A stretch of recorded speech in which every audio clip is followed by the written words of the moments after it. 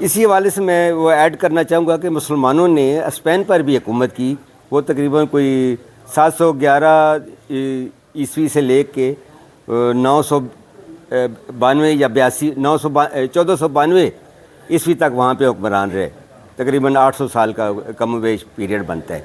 لیکن وہاں ان کے سخت رویوں کی وجہ سے آج ہم دیکھتے ہیں کہ وہاں پہ اسلام نہیں نظر آتا. لیکن ہمارے بر صغیر میں یہ مقامی ثقافت کے ساتھ ساتھ انہوں نے اس کو چھیڑ چھاڑ نہیں کی. قوالی کو متعارف کرایا یہاں پہ، اور ان کے دیگر وہ جو رسومات تھی اس کو بھی اپنے اس کا حصہ بنایا. اور آج آپ دیکھیں کہ اسلام یہاں پہ بڑے فلرش کر رہا ہے جی پورے ہندوستان میں، اور بڑے تمکنت سے اپنا اس نے طاق بٹھائی ہوئی ہے. ہندوستان میں جوں جوں مسلمان حکمرانوں کا اقتدار مستحکم ہوا تو ان کے زیر سایہ مذہبی قوتیں بھی روحانی سلطنت کا دائرہ وسیع کرتی رہیں. ان دو مختلف اور متوازی دنیاؤں میں کئی اقدار مشترک تھیں. بادشاہ وقت کی طرح صوفی کامل بھی اپنی شہرت میں یکتائے روزگار تصور ہوتا. شاہی دربار کے مقابل خانقاہ موجود تھی. دربار تو برخاست ہو جاتے مگر خانقاہوں میں دن رات عقیدت مندوں کا میلہ سا لگا رہتا. حکومتی عہدوں کی طرز پر شیوخ کی جانب سے بھی خلفاء اور نائبین کا تقرر کیا جاتا. اعلیٰ حکومتی اکابرین آداب شاہی کو بالائے طاق رکھ کر اپنی عقیدت کا اظہار کرنے ان آستانوں پر خود حاضر ہوتے، اور بعض حکمران تو پا پیادہ آ کر شرف ملاقات حاصل کرتے. یوں غیر محسوس طور پر حکمران عوام اور صوفیاء کی ایک خوبصورت مثلث وجود پا چکی تھی. صوفیاء کا دل و جان سے احترام کیا جاتا، عوام ان کی ایک آواز پر لبیک کہتے، حتیٰ کہ بادشاہ وقت بھی جب بحرانوں یا پریشانیوں میں مبتلا ہوتے تو صوفیاء کی درگاہوں کا رخ کرتے. اس طرح وقت گزرنے کے ساتھ ساتھ صوفیاء کا کردار مزید مستحکم ہوتا چلا گیا. مسلم فاتحین، علماء اور صوفیاء کرام ایران، افغانستان اور ماوراء النہر سے ہندوستان آئے اور اسلام کے ابدی اور آفاقی پیغام کو برصغیر پاک و ہند کے کونے کونے میں پھیلانے کا موجب بنے. اسلام کی اشاعت میں غزنی شہر خاصی اہمیت کا حامل رہا ہے. کئی نامور فاتحین اور عارفین اسی سرزمین میں پیدا ہوئے. علماء و صوفیاء کی اس طویل فہرست میں جناب سید فتح حیدر صفدر کا نام بھی کسی تعارف کا محتاج نہیں ہے. وہ اپنے عہد میں رشد و ہدایت اور زہد و تقویٰ کے امام و مقتدا تسلیم کیے جاتے تھے. غزنی کے حوالے سے ان کا تصور بھی ذہن میں ابھرتا ہے. وہ 15ویں صدی عیسوی کے آغاز میں کنڑ افغان علاقہ غزنی میں تولد ہوئے. جناب سید فتح حیدر صفدر کے آباء و اجداد نے سامرا عراق سے ہجرت کر کے افغانستان میں سکونت اختیار کی تھی. ان کا تعلق خاندان سادات سے تھا اور سلسلہ نسب 26 واسطوں سے حضرت علی وجہ الکریم سے جا کر ملتا ہے. ان کے والد ماجد سید محمد شاہ اپنے زمانے میں علم و عرفان کے حوالے سے اعلیٰ مقام پر فائز تھے. سلسلہ نسب کے حوالے سے جی یہاں پہ وہ عقیل صاحب کے وہ ہمارے جو وکیل ہیں ان کے دادا حضور جو میجر سخی صاحب تھے ان کے ساتھ بیٹھنے کا اتفاق ہوا تو انہوں نے پورے 26 وہ جو واسطے ہیں وہ ان کے پاس لکھے ہوئے تھے اور انہوں نے اس کا ریڈیو پہ بھی اظہار کیا تھا ایک پروگرام میں. اور اسی کو ہم نے یہاں پہ جو تختی لگائی گئی تھی اس پہ بھی ہم نے وہی حالات زندگی پھر توقیر شاہ صاحب اور ہم نے مل کے وہاں پہ اس تختی پہ بھی ان کا پورا وہ رقم کیا ہوا ہے. اگر کوئی دیکھنا چاہے جی وہ پورا شجر نسب جو ہے وہاں پہ موجود ہے. ان کے والد ماجد سید محمد شاہ اپنے زمانے میں علم و عرفان کے حوالے سے اعلیٰ مقام پر فائز تھے. جناب سید فتح حیدر صفدر نے قرآن و احادیث اور معقولات و منقولات کی تعلیم ان کے زیر سایہ ہی حاصل کی تھی. بعد ازاں انہوں نے ظاہری اور باطنی علوم پر دسترس حاصل کرنے کے لیے غزنی اور اس کے قرب و جوار میں واقع دیگر مدارس سے بھی استفادہ کیا اور کسب فیض کے لیے اس دور کے نامور علماء کے پاس تشریف لے گئے اور یوں فقہ و حدیث پر دسترس حاصل کی اور اپنی خداداد صلاحیتوں کی بدولت جلد اسلامی علم و دانش میں بھی کمال حاصل کر لیا. اس دور میں علماء و مشائخ کی اکثریت اسلام کے پرچار کے لیے ہندوستان اور دیگر ممالک کا رخ کر رہی تھی. اس طرح آفاقی تحریک کا حصہ بننے کے لیے جناب حیدر صفدر سرکار کے نام کا قرا بھی نکل آیا. چنانچہ انہیں بھی ہمیشہ کے لیے افغانستان کو خیر آباد کہنا پڑا اور ہجرت کی غرض سے ہندوستان کی جانب رخت سفر باندھا. دیرینہ خاندانی اور روحانی رفاقتوں کی وجہ سے دل آزاد قوم کے عمائدین نے ان کا تنہا جانا گوارا نہ کیا، چنانچہ ان میں سے چیدہ چیدہ افراد شریک سفر ہو گئے۔ جناب حیدر صفدر سرکار اپنے رفقا کی معیت میں کئی روز کی کٹن سفر کے بعد بالآخر پہلے سے متعین کردہ پڑاؤ یعنی اوچھ شریف وارد ہوئے۔ اوچھ ان دنوں سندھ کا حصہ تھا اور ماضی میں صوبے کا دارالحکومت بھی رہ چکا تھا۔ اوچھ شریف بہاولپور سے 50 کلومیٹر جنوب مغرب میں دریائے ستلج اور چناب کے سنگم پر واقع ہے۔ تاریخ دانوں کی رائے میں یہ قصبہ مہاراجہ بکرماچیت کی حکومت سے بھی پہلے آباد تھا۔ 326 قبل مسیح میں جب سکندر اعظم کا اس راستے سے گزر ہوا، اس وقت بھی یہاں ہندو راجہ کی حکومت تھی۔ ہندوستان میں وارد ہونے والے اولین صوفی شیخ صفی الدین متوفی 1007 عیسوی نے یہاں اولین اسلامی دارالعلوم قائم کیا، جس میں سینکڑوں طلباء تعلیم حاصل کیا کرتے۔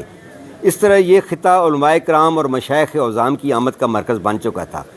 مدارس میں دینی علوم کے ساتھ ساتھ تصوف، طریقت اور شریعت کی تعلیم دی جاتی۔ جب سید حیدر صفدر سرکار تشریف لائے، اس وقت یہاں عارف کامل حضرت بہاؤالدین 1401 عیسوی تا 1517 عیسوی مسند علم پر فائز تھے۔ چنانچہ انہوں نے بھی سلطان المشائخ سے کسب فیض کیا اور علم کی مزید اعلیٰ مدارج ان کی صحبت میں ہی طے کیں۔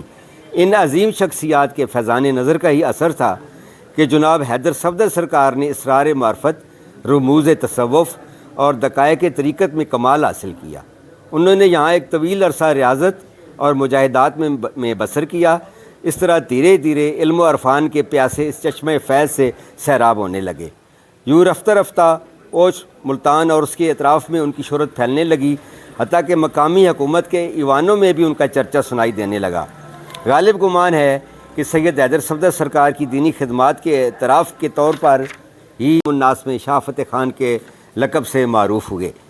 ولایت کے مختلف مدارج طے کرنے کے بعد انہیں شمال مغربی پنجاب کی جانب اسلام کی تبلیغ کے لیے کوچ کا حکم ملا۔ چنانچہ وہ اپنے مقلدین اور ہمراہیوں کی قلیل جماعت کے ساتھ سب سے پہلے لاہور تشریف لائے اور حضرت داتا گنج بخش کے مزار کے احاطے میں چند روز قیام کیا۔ اس وقت خاندان سادات کی حکومت کا دم آخرین تھا۔ یہ 1440 عیسوی کے آس پاس کا سن تھا۔ سید علاؤ الدین بن محمد شاہ بن فرید شاہ بن خضر شاہ تخت دہلی پر براجمان تھا۔ وہ بھی دیگر سادات و قرآنوں کی طرح خود کو نائب امیر تیمور کلوانا پسند کرتا تھا۔ لاہور میں عارضی قیام کے بعد جناب حیدر صفدر سرکار نے اگلی منزل کے لیے رخت سفر باندھا اور اپنے ساتھیوں کے ہمراہ گجرات جہلم اور روات کے پہاڑی سلسلوں سے گزرے۔ آپ کا قافلہ راولپنڈی کے مضافات میں واقع گولڈا شریف کے قریب آن کر ٹھہرا۔ انہوں نے موجودہ پیکھا نامی قصبے کو اپنے عارضی قیام کے لیے منتخب فرمایا۔ یہ قصبہ عہد حاضر میں پاکستان کے دارالحکومت اسلام آباد کے عین دل میں واقع ہے۔ اس علاقے میں ہندوؤں کی اکثریت تھی۔ یہ لوگ راولپنڈی سے ٹکسلا تک مختلف آبادیوں کی صورت میں پھیلے ہوئے تھے۔ آج بھی یہاں قدیم مندروں کا وجود ان کی اکثریت کا منہ بولتا ثبوت ہے۔ پیکھے میں دیگر مذاہب کے لوگ بھی آباد تھے۔ سب سے پہلے پیکھا نامی شخص سید حیدر صفدر قبلہ کی تعلیمات اور حسن کردار سے متاثر ہو کر حلقہ بگوش اسلام ہوا۔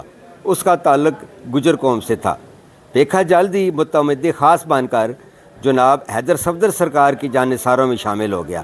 یہ اس کے اوصاف حمیدہ اور وفاداری کا ہی صلہ تھا کہ پیکھا نامی گاؤں ہنوز اس کے نام سے پہچانا جاتا ہے۔ جناب حیدر صفدر سرکار کے قیام کے تھوڑے ہی عرصے کے بعد حضرت سخی شاہ مزمل پیکھے تشریف لے آئے۔ ان کی آمد بھی روحانی مقاصد کی تکمیل کے سلسلے کی ہی ایک کڑی تھی۔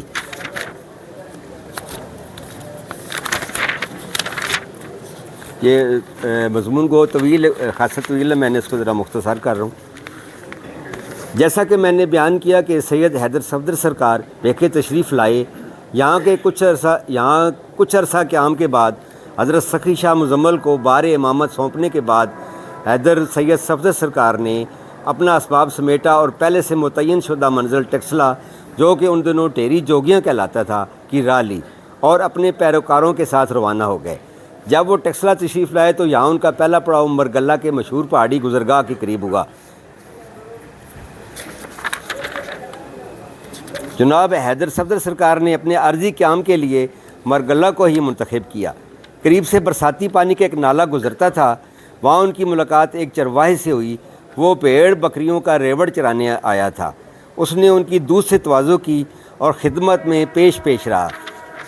گرمیوں کی آمد کے ساتھ ہی مضافاتی پہاڑوں سے بہہ کر آنے والا نالا خشک ہو چکا تھا۔ چرواہا، جس کا نام کالا رام تھا، اس نے ان سے پانی کی کمیابی اور علاقے میں خشک سالی کا تذکرہ کیا۔ سید حیدر صفدر سرکار صاحب کشف و کرامات بزرگ تھے۔ انہوں نے کمال معرفت سے بل کھاتے خشک نالے سے متصل نشیبی پہاڑی میں تازہ اور میٹھے پانی کا کھوج نکالا اور زیر زمین چشمے کی موجودگی کی نشاندہی کی۔ جو ہی وہاں سے پتھر سرکایا گیا تو پانی بہہ نکلا۔ اس چشمے کا پانی آج بھی فوارے کی مانند امڈا پڑتا ہے۔ جب سید حیدر صفدر سرکار کی آمد اور پانی کی چشمے کی دریافت کی خبر جنگل کی آگ کی طرح سارے شہر میں پھیل گئی اور لوگ ان سے ملنے کے لیے جھوک در جھوک حاضر ہونے لگے، کالا رام مشرف علیہ السلام ہوا تو اس کے قبیلے کے دیگر افراد نے بھی اسلام قبول کر لیا، اور اس طرح سید حیدر صفدر سرکار کی آمد اور کرامات سے ڈھکی چھپی نہ رہی۔ اس طرح ان کی تبلیغ روز افزوں بڑھنے لگی۔ ان کی شخصیت کچھ ایسے روحانی فکر و عمل کا پرتاؤ تھی کہ ان سے ملنے والوں کا دل خود بخود ہی اسلام کی جانب مائل ہو جاتا تھا۔ گرد و نواح میں اپنا اثر و رسوخ مضبوط کرنے کے بعد جناب سید حیدر صفدر سرکار نے اپنا رخ ٹیری جوگیاں یعنی ٹکسلا کی جانب مبذول کیا اور آتش نمرود میں کودنے کے لیے خود کو کمر بستہ کرنے لگے۔ انہوں نے مقامی آبادی کے عین مرکز میں ایک ایسے مقام کو منتخب کیا جو کہ ہندوؤں کا گڑھ سمجھا جاتا تھا۔ وہاں ایک قدیم مندر بھی واقع تھا۔ یہاں عظیم و شان میلہ لگا کرتا تھا جس میں مہابھارت کا ناٹک بھی رچایا جاتا تھا اور ناچ گانوں کا انعقاد بھی ہوتا تھا۔ چونکہ ٹکسلا بین الاقوامی شاہراہ کے سنگم پر واقع تھا، اس لیے مشہور منڈی ہونے کے ناطے دور دراز سے سوداگر سامان تجارت کے ساتھ شہر میں آتے اور بازاروں میں خریداری کے لیے ہر جنس دستیاب ہوتی۔ نیز سپاہیوں کی تفریح طبع کے لیے عیاشی کے تمام اسباب بھی موجود تھے۔ قافلے یہاں پڑاؤ کرتے اور سفر کی تھکان دور کرتے۔ مقامی طور پر شراب بھی کشید کی جاتی تھی۔ مذہبی تقاریب کے موقعوں پر ہندوستان بھر سے عقیدت مند جمع ہوتے اور اپنے تہوار دھوم دھام سے مناتے۔ ٹکسلا ان دنوں ڈیری جوگیاں کہلاتا تھا۔ یہاں ہندوؤں کا مشہور قبیلہ ناگی آباد تھا۔ یہ لوگ سانپوں کی پوجا کیا کرتے تھے، اس لیے یہ مقام ٹیری جوگیاں کے نام سے معروف ہو گیا۔ جناب سید حیدر صفدر سرکار کے سکونت پذیر ہونے کے بعد مقامی جوگیوں نے انہیں بے دخل کرنے کی بھرپور کوشش کی اور کئی مرتبہ راہ میں مزاحم ہوئے، مگر انہیں ہر بار ناکامی کا سامنا کرنا پڑا۔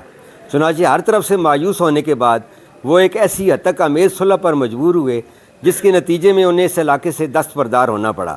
چونکہ لوگوں کی اکثریت تیزی سے حلقہ بگوش اسلام ہو رہی تھی، اپنے عرصہ یاد تنگ پا کر باقی ماندہ جوگیوں نے بھی نقل مکانی میں عافیت جانی اور اپنے گروؤں کے ساتھ ٹکسلا سے ہوتے ہوئے جہلم کے پہاڑوں کی جانب نکل گئے اور ٹلہ جوگیاں نامی قصبے میں سکونت اختیار کی۔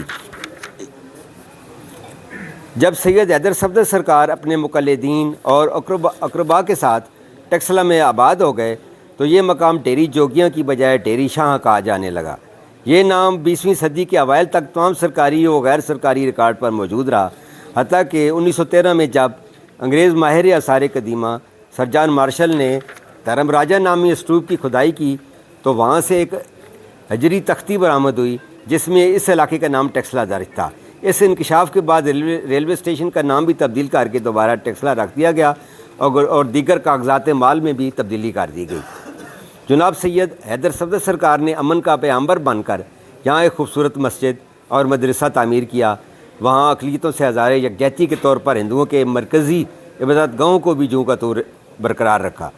مرد حر سید حیدر صفدر سرکار کی آمد ان تمام خرافات کا کی آمد سے حضرت مرد حر سید حیدر صفدر سرکار کی آمد سے ان تمام خرافات کا یکسر خاتمہ ہو گیا جس نے شہر کی تمام فضا کو پراگندہ کر رکھا تھا۔ تاہم علاقے میں تجارتی سرگرمیاں یوں ہی برقرار رہیں، اخلاقی اور روحانی اقدار کا احیاء ہوا۔ یوں سچائی اور علم و حکمت اپنے آفاقی اقدار کے ساتھ انسانیت کی اخلاقی تکمیل کے لیے دوبارہ سرگرم ہو گئیں اور معاشرے میں فلاحی عناصر کا غلبہ ہونے سے امن و آشتی اور بھائی چارہ قائم ہوا۔ جناب سید حیدر صفدر سرکار نے مختلف قومیتوں کے درمیان پیار و محبت کے آفاقی رشتوں کو مضبوط کرنے کے لیے مقامی کھٹر خاندان سے شریکی زندگی کا انتخاب کر کے ایک منفرد مثال قائم کی۔ ان کے اس فیصلے سے بھی سماجی اونچ نیچ کے فرسودہ نظام پر کاری ضرب لگی۔ انہوں نے واعظ و نصیحت کا کام بھی برابر جاری رکھا۔ اس طرح لوگوں کی بڑی تعداد ان کے افکار و کردار سے متاثر ہو کر مسلسل دین حق کی جانب راغب ہوتی رہی۔ سید فتح حیدر صفدر سرکار کی زندگی کا کھٹن سفر جو غزنوی سے شروع ہوا تھا بالآخر ٹیکسلا پہنچ کر اختتام پذیر ہوا۔ دین کی خدمت کی گراں قدر امانت سے سبکدوش ہونے کے بعد انہوں نے ٹیکسلا میں ہی اپنی جان آفریں کے سپرد کی۔ انہوں نے جس مقام کو اپنی آخری آرامگاہ کے لیے منتخب کیا تھا، وصیت کے مطابق انہیں وہیں دفن کیا گیا۔ ان کی رحلت سے تاریخ کا ایک روشن اور درخشاں چراغ ضیاء پاشیاں کرتے ہوئے نور ہدایت علاقے میں بانٹ گیا۔ ان کو ساڑی والی سرکار بھی کہا جاتا ہے، جس کی توجہ یہ بیان کی جاتی ہے کہ انہوں نے سادگی اور پاکیزگی کو دین کا شعار بنائے رکھا اور چادر نمال لباس میں ہی زندگی بسر کی۔ پاکستان کے معرض وجود میں آنے سے پیشتر حیدر صفدر سرکار کے مزار اقدس پر ہر مکتبہ فکر سے تعلق رکھنے والے لوگوں کا ہجوم رہتا تھا۔ مسلمانوں کے علاوہ عیسائی، سکھ اور ہندو کثیر تعداد میں ان کے فیوز و برکات سے استفادہ کرتے تھے۔ ان کے عقیدت مندوں میں مہاراجہ رنجیت سنگھ کا نام بھی شامل ہے۔ جب یہ خطہ سکھوں کی عملداری میں آیا تو جناب حیدر صفدر سرکار کے مزار اور اسے ملکہ زمینوں پر حکومتی ٹیکس پر رعایت دے دی گئی۔ ملکہ برطانیہ کے دور میں بھی واسرائے ہند نے اس روایت کو برقرار رکھا۔ سابق صدر محمد ایوب خان بھی ان کے مزار پر حاضری دیتے اور پھول نچھاور کیا کرتے تھے۔ خدا رحمت کنند ای عاشقان پاک تینت رہا۔ بہت شکریہ جی۔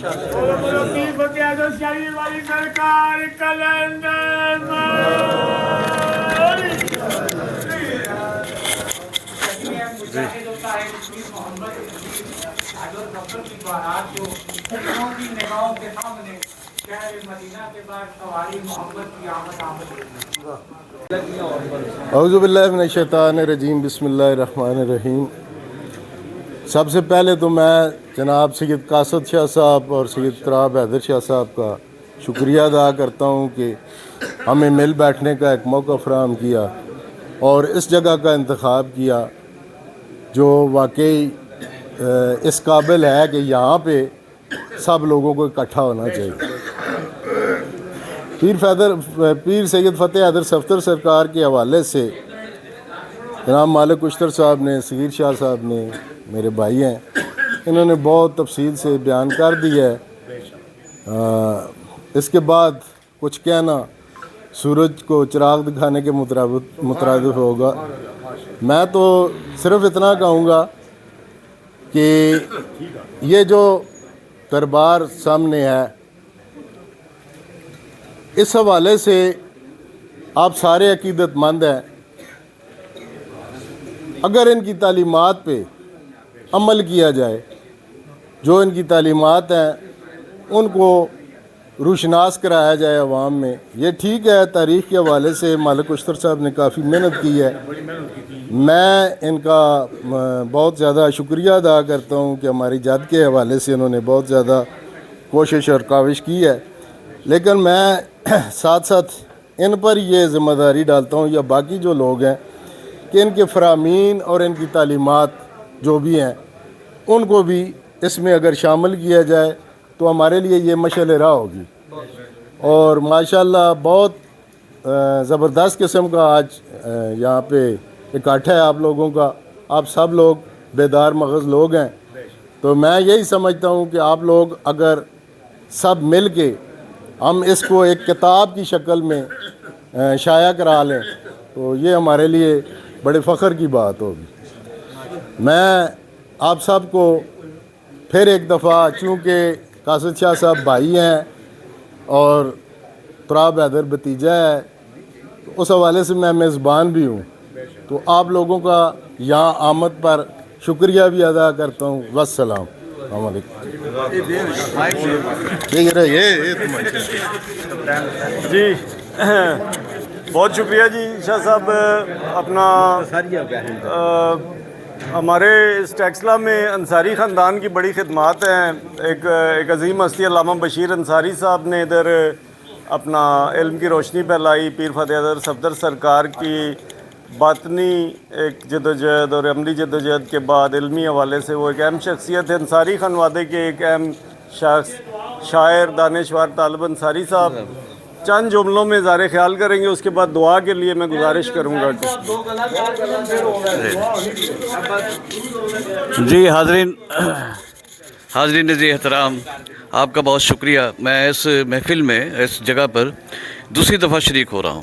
میں مالک اشتر لیگ کا بہت شکریہ ادا کرنا چاہوں گا کہ ایک دفعہ میں عرس کے موقع پر یہاں پہ آیا تھا اور آج کی بابرکت محفل میں بھی انہی کے توسط سے آیا ہوں۔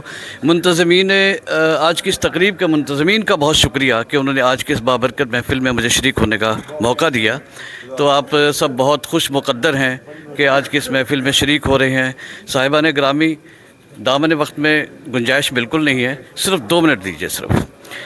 سید صغیر صاحب نے بہت اچھی باتیں کی، تاریخ بیان کی مالک اشتر نے، اور اس بات کا اعادہ میں کروں گا کہ واقعتاً بر صغیر پاک و ہند میں جو اسلام کی ترویج و تبلیغ ہے وہ صوفیہ کے سر اس کا سیرا سجتا ہے، اور فتح حیدر صفدر صاحب بھی انہی بزرگان دین میں سے ہیں، اور ٹیکسلا کے باسیوں کو تو اس بات پر فخر ہونا چاہیے کہ عین آبادی کے وسط میں ایک ایسی خانقاہ اور ایک ایسی درگاہ موجود ہے جسے مبدائے فیض و برکات کہا جائے تو غلط نہیں ہوگا۔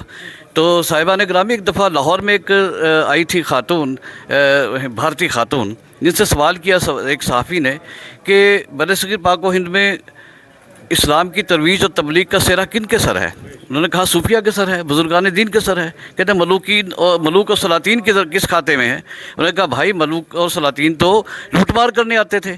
آپ ذرا غور کیجئے، آپ قرون وسطیٰ کو دیکھیے، قرون اولیٰ کو دیکھیے، کیا ملوک و سلاطین نے ہمارے ائمہ کے ساتھ بہیمانہ سلوک نہیں کیا؟ کیا انہوں نے اسلام کو برباد کرنے کی پوری طرح کوشش نہیں کی؟ کیا کوئی ایسا امام ہے جسے زہر نہ دیا گیا ہو، جسے زندان میں نہ ڈالا گیا ہو؟ یہ ہماری ملوک اور سلاطین کی بات ہے۔ تو صاحبان، ایک سوال یہاں پر یہ پیدا ہوتا ہے کہ ان بزرگان دین کے پاس ایسا کیا تھا کہ لوگ ان کے پاس اکٹھے ہوتے تھے، ان کی بات سنتے تھے؟ وجہ بات یہ ہے انسان دوستی، مساوات، رواداری، خوش اخلاقی اور خانقاہی نظام۔ یہ بہت اہم چیزیں ہیں۔ دیکھیں، جب یہ دیکھتے تھے نا ہندو یہاں پر کہ یار یہ کیسے بزرگ آئے ہیں جو کہ جب اذان کے لیے بلاتے ہیں، نماز کے لیے بلاتے ہیں تو جاگیردار بھی وہیں کھڑا ہے اور مزدور بھی وہیں کھڑا ہے، کندھے سے کندھا ملا کے کھڑا ہے۔ ایسا انسانی برادری کا ایسا ثبوت ہم نے کہیں نہیں دیکھا۔ تو یہ خانقاہی نظام اور درگاہیں صاحبان گرامی ہمارے لیے بڑی فیض و برکات کی حامل ہیں، ان سے فائدہ اٹھانا چاہیے۔ اور جیسا کہ صغیر صاحب نے ابھی جو رائے پیش کی اور نوجوانوں کو جو پیغام دیا اس پر عمل کرنا چاہیے۔ آپ کا بہت شکریہ کہ آپ کے توسط سے، آپ کے منتظمین کے توسط سے میں آج کی اس بابرکت محفل میں شریک ہوا۔ بہت شکریہ۔ ماشاء اللہ جی، بہت شکریہ جی۔ جی دعا ہو رہی ہے۔